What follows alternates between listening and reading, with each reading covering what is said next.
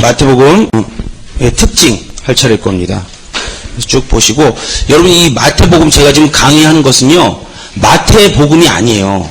마태복음을 보는 눈입니다. 그러니까 우리가 어떤 안경을 끼느냐에 따라서 그 색깔대로 모든 사물이 보인다 그랬죠? 그와 같이 이 마태복음을 눈을 만들지 않으면 그냥 사복음사가 다 똑같이 보이는 거예요. 그래서 마태복음 개론 시간에 마태복음을 보는 눈에 대해서 하는 거니까요, 약간 지루할 수 있습니다. 지루하지 않게끔 본문 설명도 같이 이렇게 첨가해서 하니까요, 이 개론할 때요 잘 들으시기 바랍니다. 우리 마태복음 5번 마태복음의 특징 다 같이 한번 읽어보겠습니다. 가장 큰 특징은 구약 성경을 많이 인용하고 있는 것이다. 마태는 한 사건을 묘사하고 나서 대부분 이는 이 한 말을 이루려 함이니라는 말로 끝을 맺고 있다. 여러분 성경 구절 써 있나요? 제가 일단 불러드릴 테니까요 다 써보세요. 1장 22절에서 23절 적어 놓으시고요. 그 다음에 2장 15절, 2장 17절부터 18절, 2장 23절, 4장 14절에서 16절, 8장 17절, 12장 17절에서 21절,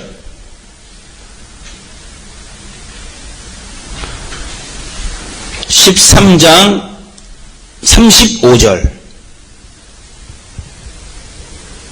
21장 4절에서 5절,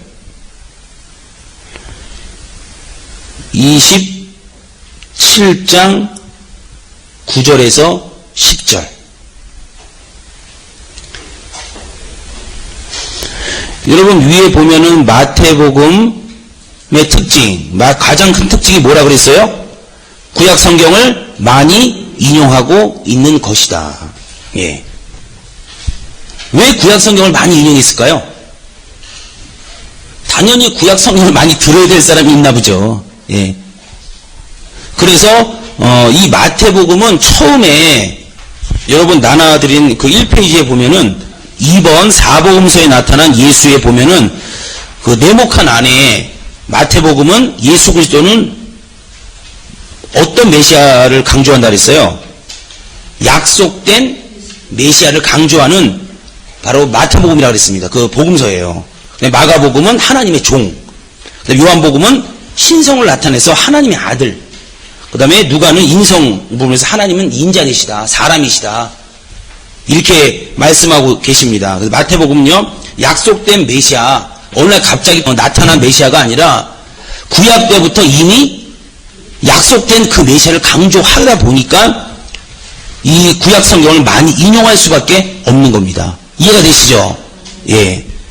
이런 걸 봐서도요, 뭐 사람이 내가 메시아다, 다 가짜예요. 반드시 구약 성경에 예언이 되어 있어야 합니다. 그러면요, 우리 1장 22절 잠깐 한번 보세요. 몇 개만 찾아보고 22절 21절부터 한번 읽어보겠습니다. 시작. 아들을 낳으리니 이름을 예수라 하라. 이는 그가 자기 백성을 저희 죄에서 구원할 자이심이라 하니라. 이 모든 일에 된 것은 주께서 선지자로 하신 말씀을 이루려 하심이니 가라사대. 그렇죠? 선지자로 하신 말씀을 이루려 하심이라. 이렇게 써있죠? 그 다음에 2장 15절 몇 개만 보자고요. 몇 개만. 2장 15절 보면은 선지자로 말씀하신 바 애굽에서 내 아들을 불렀다 함을 이루려 하심이니라. 그러니까 예수가 이 땅에 태어나는 그런 걸 보고요, 그 뒤에 이 선지자로 말씀하신 바 구약 성경이 이루어지는 것이다, 이렇게 얘기하는 거잖아요. 그죠? 그래요, 안 그래요? 예. 그러니까 절대로 어느 날 갑자기 이렇게 설명하는 것이 아니라 구약에 있는 말씀이 이루어지는 것이다. 이 마태복음 이렇게 설명하고 있다는 거예요. 그래서 이 구약 성경을 가장 많이 인용하는 복음서가 바로 마태복음이라는 거예요. 또 보면요, 17절, 18절 한번 보세요. 다 같이 한번 읽어보겠습니다. 이에 선지자 에레미야로 말씀하신 바 라마에서 슬퍼하며 크게 통곡하는 소리가 들리니 라헬이 그 자식을 위하여 애곡하는 것이라. 그가 자식이 없으므로 위로받기를 거절하였도다 함이 이루어졌느니라. 그쵸? 함이 이루어졌느니라. 또 이렇게 써 있어요. 그럼 그 뒤에는요 다 똑같습니다. 이렇게 구약 성경이 이루려 함이니라 이렇게 다 써 있어요. 이게 바로 마태복음의 가장 큰 특징입니다. 구약 성경의 예언을 누가 이루신 거죠? 신학적인 용어로 성취라 그러죠. 예수 그리스도가 이루신 겁니다. 그럼 예수 그리스도의 말씀은 오늘날 누굴 통해서 이루어져요? 저와 여러분에게 이루어집니다. 저와 여러분에게. 이웃적인 사역적인 면에서 이루어질 수 있고요. 또 우리 삶 속에 여러 가지 기도 응답으로 이루어질 수 있습니다. 성령의 도움으로요. 성령의 도움으로. 그래서 예수의 말씀은 우리 삶의 믿음과 성령으로 성취된다 이렇게 써놓으세요.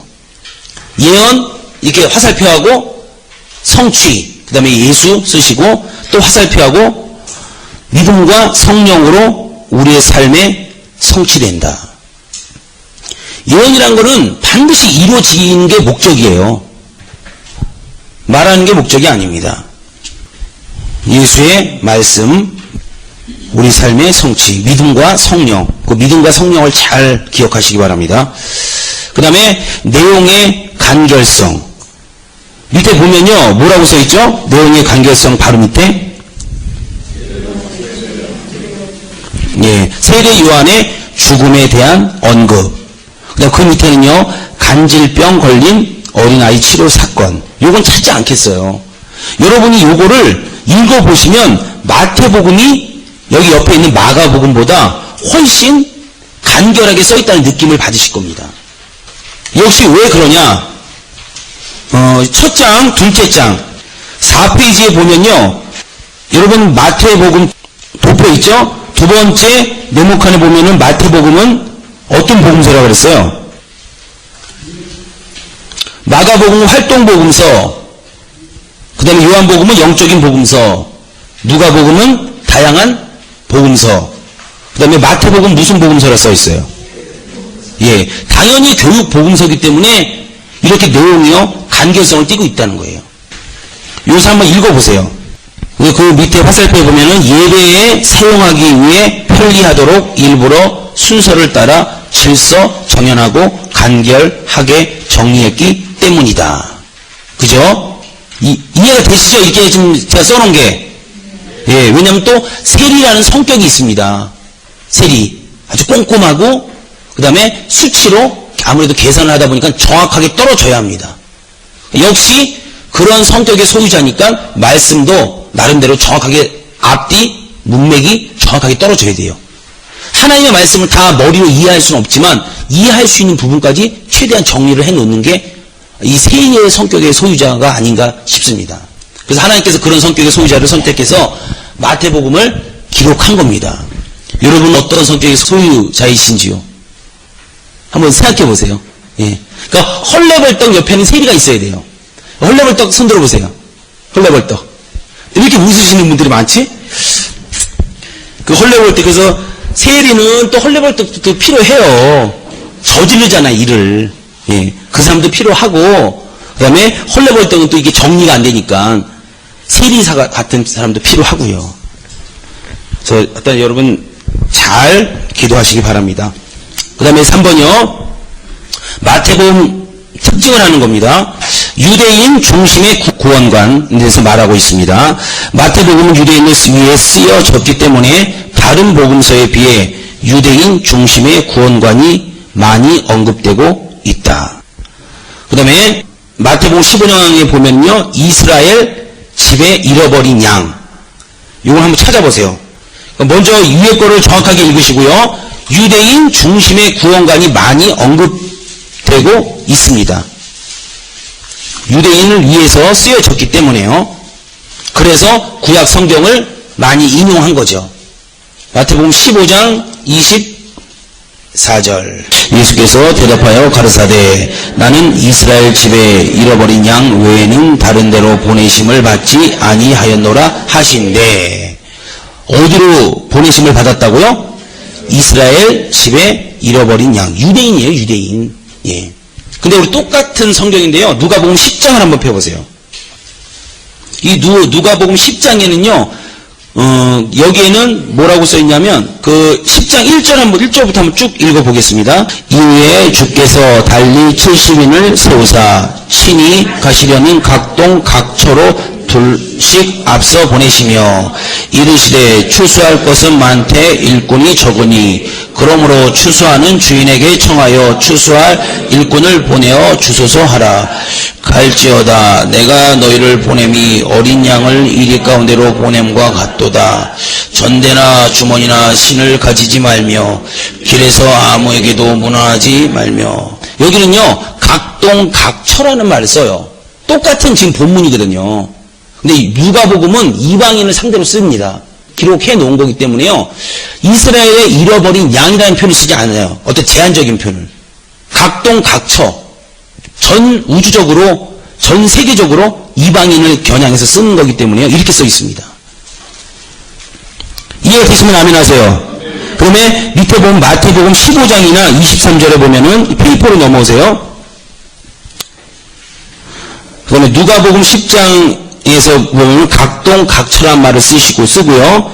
그 다음에 또 어떤 사마리아인을 부각시키는 장면이 나오죠. 오히려 제사장 이런 사람들은 누가 있을까요? 강도를 만났는데 제사장, 레위인 또 이렇게 있죠. 근데 어떤 사마리아인을 부각시키는 장면이 나옵니다. 그래서 이 사마리아인이 유대인보다 더 못할 것이 없다라는 것을 강조하는 장면이죠. 누가복음에는요. 근데 마태복음은 그렇지 않다는 거. 마태복음 15장 2절, 23절, 27절에는요. 유대인의 전통 예식에 대하여 아무 설명을 하지 않고 있다는 거예요. 왜냐하면 유대인을 상대로 쓴 거기 때문에 그런 자세한 설명이 필요 없다는 걸 얘기하는 거죠. 그러니까 이런 거예요.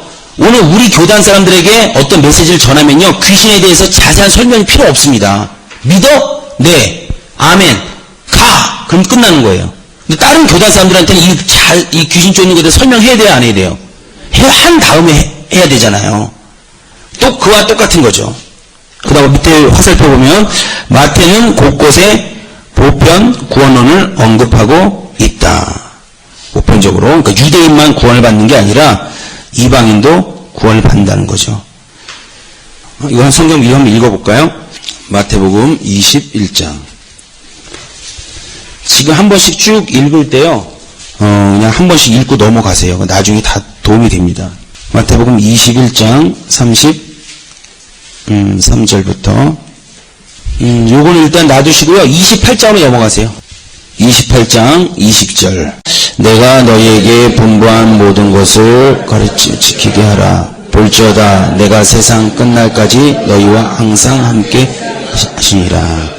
19절도 읽어야겠네요. 시작. 그러므로 너희는 가서 모든 족속 아버지와 아들과 성령의 이름으로 세례를 주고. 예, 모든 족속이에요? 유대인만이에요?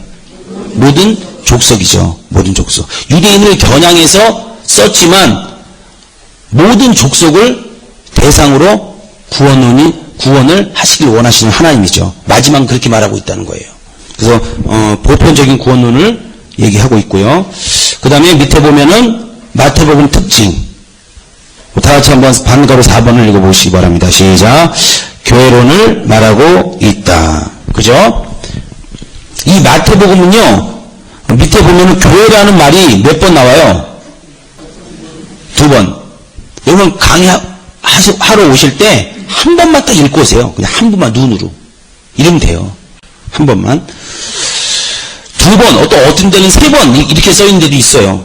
2번이든 3번이든 다른 데는 안 나오는데 마태복음에만 교회란 말이 나옵니다. 그럼 마태복음 16장 18절, 18장 17절 한번 찾아보세요. 마태복음 16장 18절. 시작. 또 또 내가 내게 이르노니 너는 베드로라. 내가 이 반석 위에 내 교회를 세우리니 음부의 권세가 이기지 못하리라. 그죠? 내 교회. 그럼 18장 17절. 시작. 만일 그들의 말도 듣지 않거든 교회의 말하고 교회의 말도 듣지 않거든 이방인과 세리와 같이 여기라. 그죠? 이 교회라는 말이 이렇게 두 번 나옵니다. 그러니까 당연히 교회라는 말이 나온다는 것은 뭐냐면 그 교회론을 정립할 수 있는 거예요. 여러분이 이번에 2학기가 안 돼서 아마 배울 겁니다. 1학기 때 배울 거예요. 여러분 교회론, 마태복음 교회론에 대해서 정확하게 알려면요. 어디를 봐야 돼요? 여러분 배우셨잖아요. 어디를 봐야 돼요? 맞습니다. 가장 큰 게 에베소서예요. 근데 에베소서만 봐서 다 아는 게 아닙니다. 이 마태복음도 봐야 되고요. 사도행전도 봐야 되고요. 그 다음에 골로새서도 봐야 합니다. 그리고 에베소서를 다 같이 봤을 때 완벽한 교회론을 말할 수 있어요. 근데 이거를 딱 잘라 보니까요. 어느 한 부분밖에 볼 수 없는 거예요. 이번에 역시 에베소서, 골로새서 이런 부분을 간략하게 다 볼 거예요. 그래야지만 마태복음에서 얘기하는 교회론을 정확하게 알 수 있습니다. 또 그 교회에 대해서 정확하게 알 때 내가 교회에서 무엇을 해야 되고 교회를 어떻게 섬기고 어떻게 관리하고 이런 부분들이요. 그냥 자연스럽게 나오게 돼 있죠. 이해되시면 아멘 하세요. 예. 그래서 그런 부분에 대해서 자세히 할 겁니다. 그 다음에 교회의 기초. 이 마태복음의 특징 중에 하나는요. 이 교회의 기초에 대해서 말하고 있다는 거예요. 교회의 기초. 우리 마태복음 9장 20절. 9장 20절. 12해를 혈루증으로 앓는 여자가 예수의 뒤로 와서 그 겉옷가를 만지니 이는 제 마음에 그 겉옷만 만져도 구원을 받겠다 함이라. 예수께서 돌이켜 그를 보시며 가라사대 따라 안심하라. 내 믿음이 너를 구원하였다 하시니 여자가 그 시로 구원을 받으리라. 예, 이 말씀을요 대부분 그냥 단순히 어떤 육체의 치료의 말씀으로만 해석하는 사람들이 있어요. 틀린 거 아닙니다. 맞습니다. 근데 여기에서 또 다른 해석이 뭐냐면 지금 예수에게 뭐가 나와요? 능력이 나오죠? 이게 뭘 얘기하냐면 이제 여기서 그래서 골로새서가 나와야 된다는 거예요. 골로새서에 보면은 교회의 머리는 누구라 그래요? 예수 그리스도. 기독론이죠. 골로새서는 기독론이에요. 그 기독론과 교회론은 뭐 이렇게 손바닥의 앞뒷면과 같은 거죠. 근데 그 예수에게 다시 말해서 오늘날 교회에서는요 이런 능력이 너무나 당연하게 나와야 된다는 거예요. 그러니까 이거는 뭐 방언처럼 나는 안 해 하는 사람은 방언해요 못해요? 그렇게 선택사항이 있는 게 아니에요. 교회는 반드시 능력이 있어요. 근데 지금 우리가 다니는 이 교회 건물 얘기하는 거 아니죠? 내 자신이 교회예요. 여러분이 만약에 예수를 머리로 하고 있는 교회라면요 능력은 당연히 나타나는 겁니다. 그래요 안 그래요? 예. 이게 능력은 무슨 대단한 사람이 나타나는 게 아니에요. 얼마나 내가 하나님께서 부어주는 그것을 내 관을 크게 여느냐에 따라 달라지는 거예요. 내 마음의 문을 활짝 여는 그만큼만 역사하는 거예요. 이해되시죠? 예. 그 열왕기하 4장에 보면은 사르밧 과부가 그릇을 준비하죠. 그릇을 준비한 만큼 마지막 그릇에 딱 차니까 기름 멈춰요? 안 멈춰요? 원래 그걸요 단순히 그 본문 그거로만 해석을 합니다. 그게 아니에요. 그릇은 내 마음을 열고 준비하고 이렇게 한 것만큼 성령이 그대로 부어주시냐는 거예요. 근데요 나는 이렇게 막 좁히면서 하나님 걸 다 받아 누리려고 합니다. 될까요? 안 될까요? 안 될까요? 너무나 당연히 안 되는 거죠. 너무나 당연하게. 그래서요, 여러분의 마음도 이렇게 넓히시고요, 예수의 능력이 나에게 체험이 될 수 있도록 믿음도 좀 이렇게 크게 하시고요, 이런 부분이 반드시 있어야 합니다. 아셨죠? 예. 다시 한번 읽어보겠습니다. 시작. 12해를 혈루증으로 앓는 여자가 예수의 뒤에 와서 그 겉옷가를 만지니 이는 제 마음에 그 겉옷만 만져도 구원을 받겠다 함이라. 예수께서 돌이켜 그를 보시며 가라사대 따라 안심하라. 내 믿음이 너를 구원하였다 하시니 여자가 그 시로 구원을 받으니라. 제가 지금 설명한 거 이해가 되시죠? 예, 그래서 꼭 교회는 능력이 있어야 된다는 거. 능력. 근데 여기에서 어느 분이 이런 질문을 하시더라고요.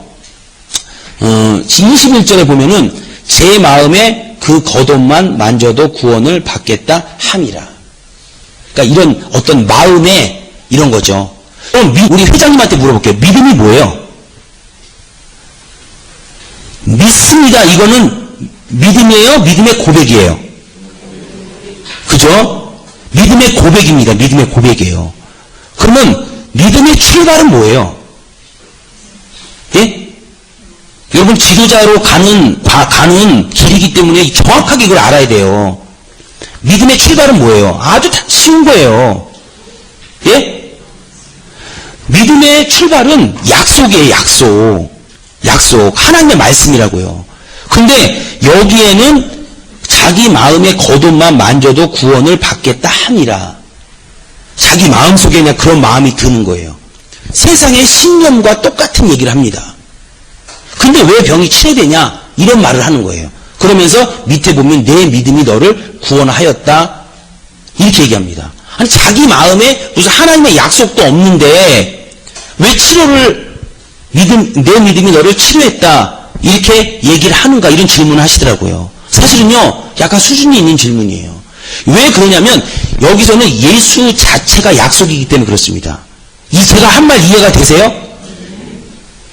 하나님의 성경의 말씀이 없어도 여기는 예수의 자체가 약속이고 말씀이기 때문에요. 그를 보고 떠오르는 생각과 마음이 그냥 믿음으로 하나님 인정하시는 거예요. 이해가 되시죠? 예. 그래서 분명히 믿음은 그냥 자기에서 마음속에서 그냥 떠오르는 게 믿음이 아니에요. 세상에 있을 때도요, 자기 마음속에서 그냥 떠오르는 그런 감동이 있었습니다.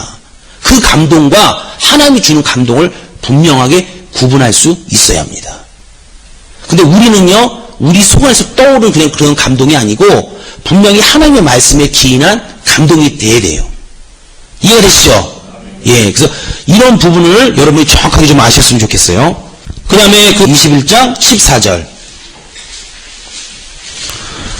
적어 놓으세요. 거기다 교회는 반드시 능력이 있어야 한다.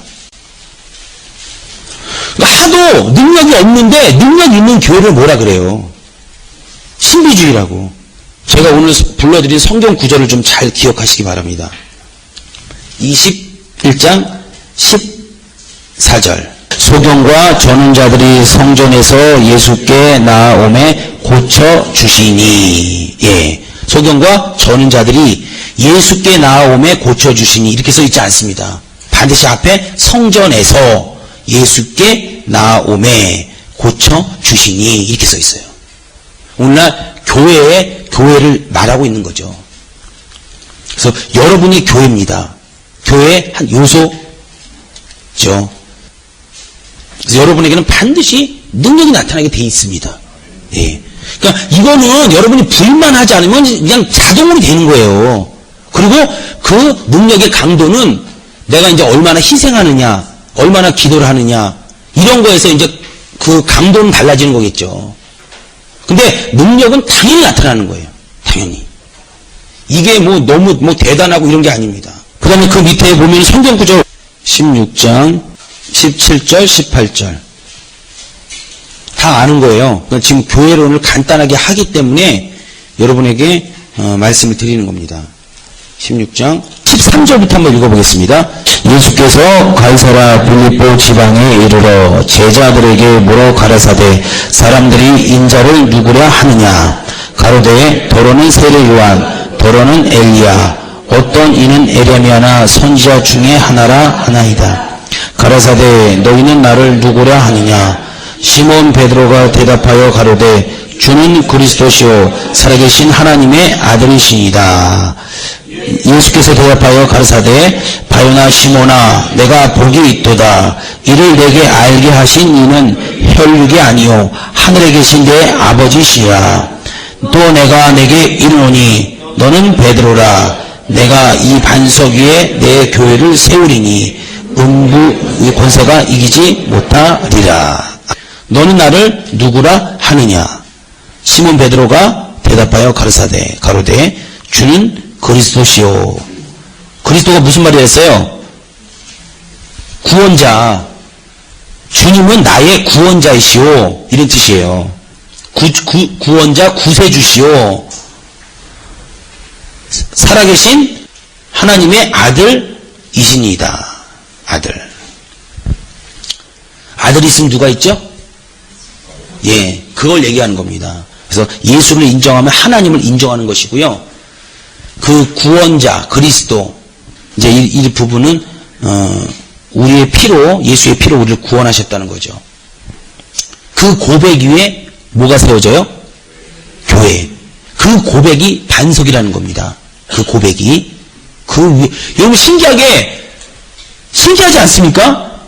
막 믿음이 없다고 생각하고요. 막 머리를 흔들어요. 막 흔들어서 가만히 이 성경 구절을 불신자의 입장에서 한번 봐봐요. 이건 완전히 미친 거예요. 진짜로. 내가 처음 해봤을 때 이게 그렇더라고요. 너는 나를 누구라 하느냐? 시몬 베드로가 가로되 주는 그리스도의 살아계신 하나님의 아들. 근데 우리는 이게 믿어지잖아요. 그냥 믿습니다. 막 저 짜는 거 아니잖아요. 그냥 믿어지잖아요. 이게 신기한 거예요. 아니, 여러분 예수님 십자가에 돌아가신 거 봤어요? 봤어요? 못 봤어요? 못 봤잖아요. 근데 그게 마치 얼마 전에 일어난 사건처럼 늘 우리 마음속에 있단 말이에요. 그게 누가 하는 거냐? 다 성령이 하시는 거예요. 그럼 신기하게 그게 믿어져요. 막 죄 짓고 신기하게 밤에 아무도 없을 때 하나님 오늘도 잘못했습니다. 그렇잖아요. 아무도 없을 때는 진짜 자기 믿음이 나오는 거 아니에요. 근데 그때 회개하고 있는 내 모습을 봤을 때 기쁘기도 하고 기특하기도 합니다. 요새 회개 많이 하고 있거든요. 제가. 그 다음에 마태복음 18장 20절. 두세 사람이 내 이름으로 모인 곳에 나도 그들 중에 있느니라. 그죠? 우리 지금 두세 사람이 내 이름으로 모인 곳이 어떤 기관이죠? 어떤 형태죠? 그죠? 구역예배입니다. 여러분 잘 들으세요. 구역예배가 교회예요? 교회 예배입니까? 예배는 맞아요. 맞습니다. 근데 그래서 대학에 CCC가 많잖아요. 거기에서 이제 이런 지역교회는 필요 없다. 우리끼리 둘셋 모인 것이 교회다. 한때 이런 운동이 굉장히 90년대에 활발하게 일어났습니다. 근데요, 그들이 알고 있지 않은 성경 구절이 뭐냐면 바로 사도행전이에요. 사도행전 20장을 펴보세요. 20장 28절, 29절. 너희는 자기를 위하여 또는 온 양떼를 위하여 삼가라. 성령이 저들 가운데 너희로 감독자를 삼고 하나님이 자기 피로 사신 교회를 치게 하셨느니라. 네. 여기 반드시 이 교회는 감독자가 있어야 된다는 거예요. 근데 구역예배 형태에 이렇게 셋 모였다고 한 사람이 감독자는 아니잖아요. 여기서 감독자는 그 주의 종을 얘기하는 겁니다. 무슨 얘기인지 아시죠? 예, 그래서 우리끼리 모였다 그래서 성도들끼리 둘셋이 모였다 해서 그것이 교회, 하나님이 요구하시는 정확한 교회는 아니라는 거예요. 모이면 될 수 있어요.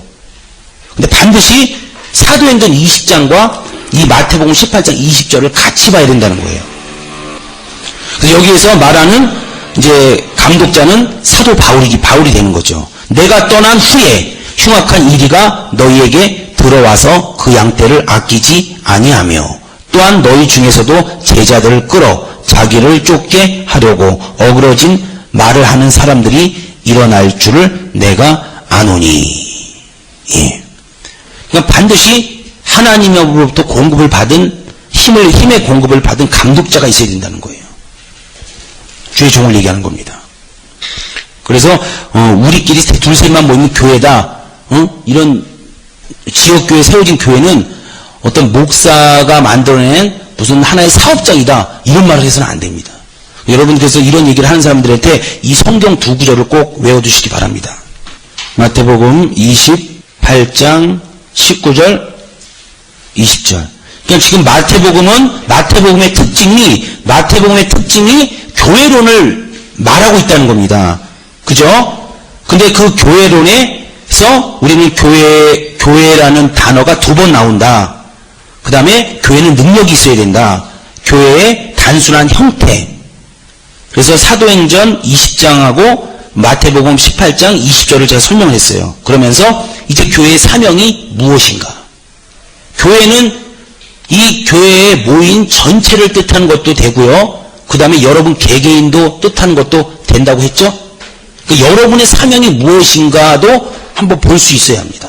19절, 20절. 시작. 그러므로 너희는 가서 모든 족속으로 제자를 삼아 아버지와 아들과 성령의 이름으로 세례를 주고 내가 너희에게 분부한 모든 것을 가르쳐 지키게 하라. 볼지어다 내가 세상 끝날까지 너희와 항상 함께 있으리라 하시니라. 예. 그러니까 18절에 보면은 하늘과 땅의 모든 권세를 내게 주셨으니. 근데 오늘날 그 예수 이름이 어디 와 있다고요? 우리 안에 들어와 있습니다. 그러니까 예수님이 받은 하늘과 땅의 모든 권세나 우리가 받은 하늘과 땅의 모든 권세나 똑같아요. 다른 게 아닙니다. 어느 목사님이 이런 표현을 쓰더라고요. 총희당 목사님이 성령으로 안수받은 것은 새로 나온 엔진오일로 받고 내가 받은 성령의 기름은 썩은 엔진오일이 아니야. 이렇게 얘기하더라고요. 그쵸? 총희당 목사님이 받을 때 성령의 기름 부심과 다른 목사님이 받을 때 성령의 기름 부심이요 달라요? 똑같아요? 0.1%도 다른 게 없어요. 근데 그 믿음의 분량과 은사의 분량에 따라서 달라지는 거겠죠. 그 쓰임은요. 근데 그 성령은 똑같다는 거. 우리가 받은 성령이니까 똑같아요? 달라요? 똑같습니다. 일을 크게 하고 작게 하고 차이지 똑같은 능력과 똑같은 것이 나타나야 돼요. 총회장 목사님과. 여러분이 교구를 맡던 단체를 맡든요. 총회장 목사님 하는 일을 여러분도 똑같이 해야 돼요. 그게 정상입니다. 아셨죠? 예. 이거를 막는 사람은 잘못된 거예요. 잘못된 거라고 절대. 그러므로 너희는 가서 모든 이제 교회의 사명을 얘기합니다. 첫째는 뭐예요? 모든 족속으로 전 세계를 얘기하는 거죠. 전 세계 제자를 삼아. 그러니까 제자를 삼는 게 우리의 목적이에요. 제자. 어떤 사람은 자기 다 혼자 하려고 그러죠? 그렇지 않습니다. 하나님은 그 제자의 제자, 제자의 또 제자. 예수님도 12제자 뽑잖아요. 12제자 중에서 3명의 제자를 또 따로 선택합니다. 12제자 중에서 또 몇 명 제자 선택해요? 70인 제자. 70인 제자에서 또 500인도. 그 다음에 그래서 또 사도들의 제자가 속사도예요. 그렇게 해서 쭉 나옵니다. 제자들이. 그 제자들을 통해서 오늘날 전 세계를 복음화시키는 거예요. 근데 우리의 사명은 뭐냐? 우리의 제자가 또 나와야 된다는 거예요. 그래서 우리의 이 교회의 사명은 제자가 나와야 합니다. 아버지와 아들과 성령의 이름으로 세례, 침례를 주고 교회는요 반드시 세례와 침례가 있어요. 세례는 원래 잘못된 용어예요. 여러분 그거 다 아시잖아요. 세례는 불교 용어입니다. 불교 염할 때 쓰는 용어를 세례라 그래요. 근데 우리나라는 번역할 단어가 없어서 그 당시 번역할 때 이 불교 용어를 따온 거예요. 이 세례라는 말은 원래 그 불교 용어입니다. 기독교 용어가 아니에요. 우리에게는 침례가 맞습니다. 원어로 봐도 밥디스마, 밥디조 그래요. 물에 잠그다, 잠궜다, 뺐다. 그래서 예수님이 물에 잠겼다가 나오실세 이렇게 써있죠? 예. 세례 물 3번 뿌린 거는 약식이라 그래서 그건 잘못된 겁니다. 여러분, 하나님 약식으로 할 게 있고 안 할 게 있죠. 하나님이 침례를 주라 그랬는데 약식으로 한다는 거는 하나님의 말씀 우리가 가감하는 건데, 그쵸? 그건 잘못된 겁니다. 그래서 침례라고 읽는 게 맞아요. 침례 교회 출신에서 침례라고 하는 게 아니에요. 침례가 맞는 겁니다. 장로교회도 침례가 맞는 거고, 순복음도 침례가 맞는 거고, 예. 언제 통계인지 모르겠어요. 미국에는 장로교회는 1년에 문 닫는 교회가 250개씩 된답니다. 근데 침례교회는요, 한 군데도 없대요. 한 군데도 없답니다. 왜 그러냐면 더 하나님의 뜻대로 산다는 거예요. 꼭 침례를 해서 하나님의 그 교회를 하나님께 지켜주냐? 뭐 그런 건 아니겠지만 일단은요. 그렇대요. 저 들은 얘기니까. 20절 내가 너희에게 분부한 모든 것을 가르쳐. 교회는요 반드시 가르쳐야 합니다. 그 다음에 지키게 하라. 볼지어다 내가 세상 끝날 때까지 너희와 항상 함께 있으리라 하시니라. 그러니까 교회 사역은요 반드시 가르치는 게 있어야 합니다. 지키게 하라. 이 지키게 하라가 힘든 거예요.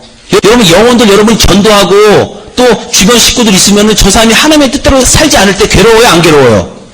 무지하게 괴롭죠? 근데 그 사람을 막 지키게 하려고 하는데 막 내 뜻대로 안 되고 막 내가 요구한 분량까지 안 되고 그럴 때는 막 지친다고요. 근데 그 똥오줌을 다 받아내는 게 우리 할 일인 거예요. 여기서 지키게 하라 이거는 영혼 관리에 들어가는 겁니다. 영혼 관리에 들어가는 거예요. 그 다음에 가르쳐. 이 부분은 말씀을 전하는 쪽에 들어가는 거고요. 근데 뒤에 중요한 게 있어요. 내가 세상 끝날까지 너희와 항상 함께 있으리라. 이 말은 무슨 얘기냐면 성령의 역사로 이런 뜻이에요. 그러니까 한마디로 얘기하면 성령의 역사로 제자를 삼아야 되고 성령의 역사로 침례를 줘야 되고 성령의 역사로 가르쳐야 되고 성령의 역사로 영혼 관리하라는 뜻입니다. 이해가 되시면 아멘 하세요. 이게 바로 교회의 사명이에요. 사명. 교회의 사명입니다.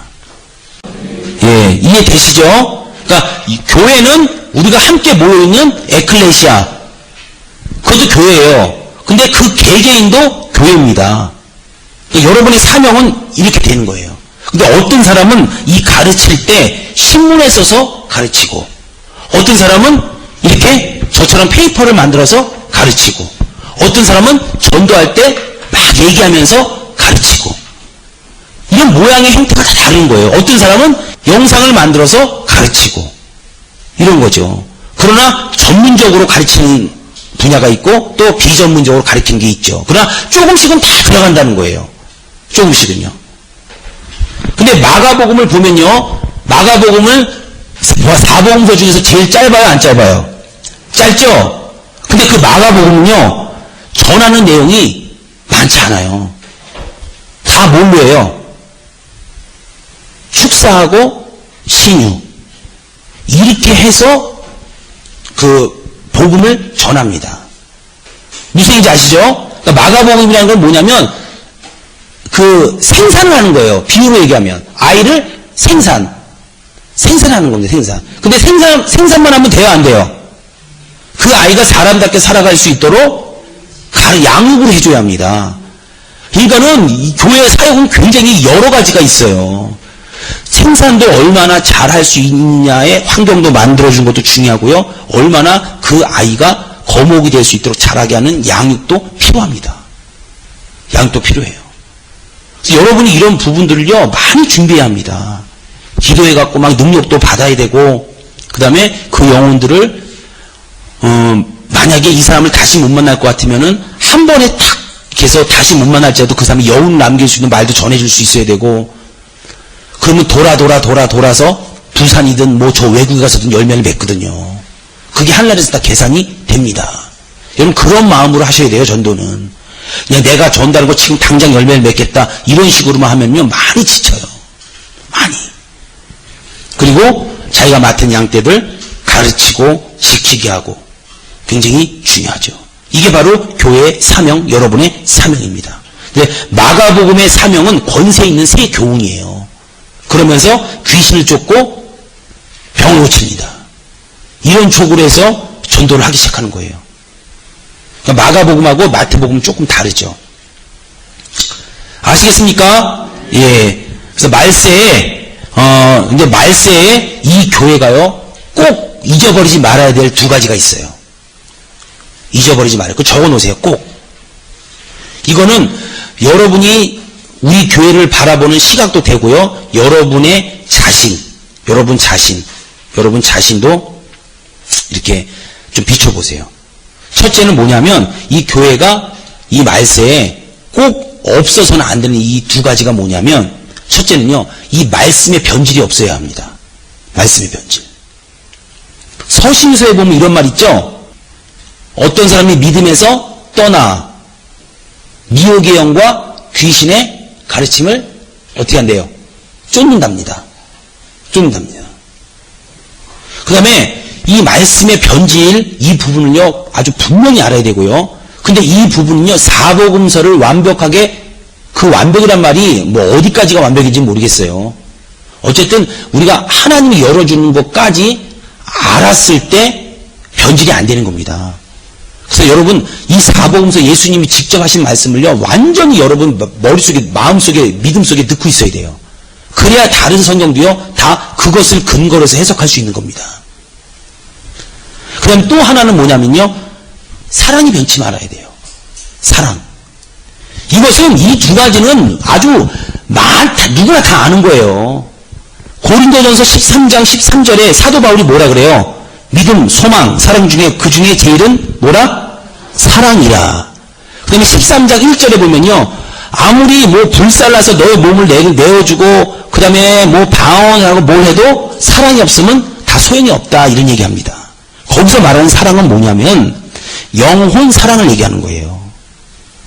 하나님 사랑을 얘기하는 겁니다. 어떤 인간적인 박애주의 이런 걸 얘기하는 게 아니에요. 그런 것은 영혼 사랑을 근거해서 도와줄 수 있는 거죠.